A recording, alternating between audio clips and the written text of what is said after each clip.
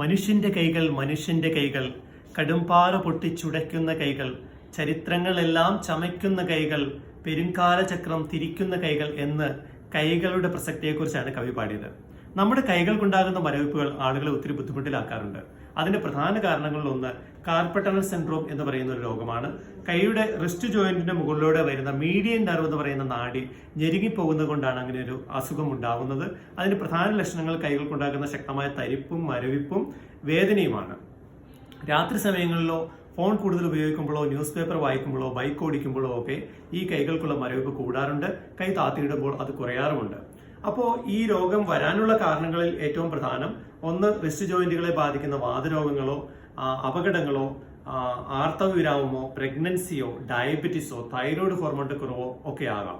ഇതിന്റെ ചികിത്സകളിൽ ഏറ്റവും പ്രധാനപ്പെട്ടത് വേദന സംഹാരികളും സ്റ്റിറോയിഡുകളും ആളുകൾ കൊടുക്കാറുണ്ട്.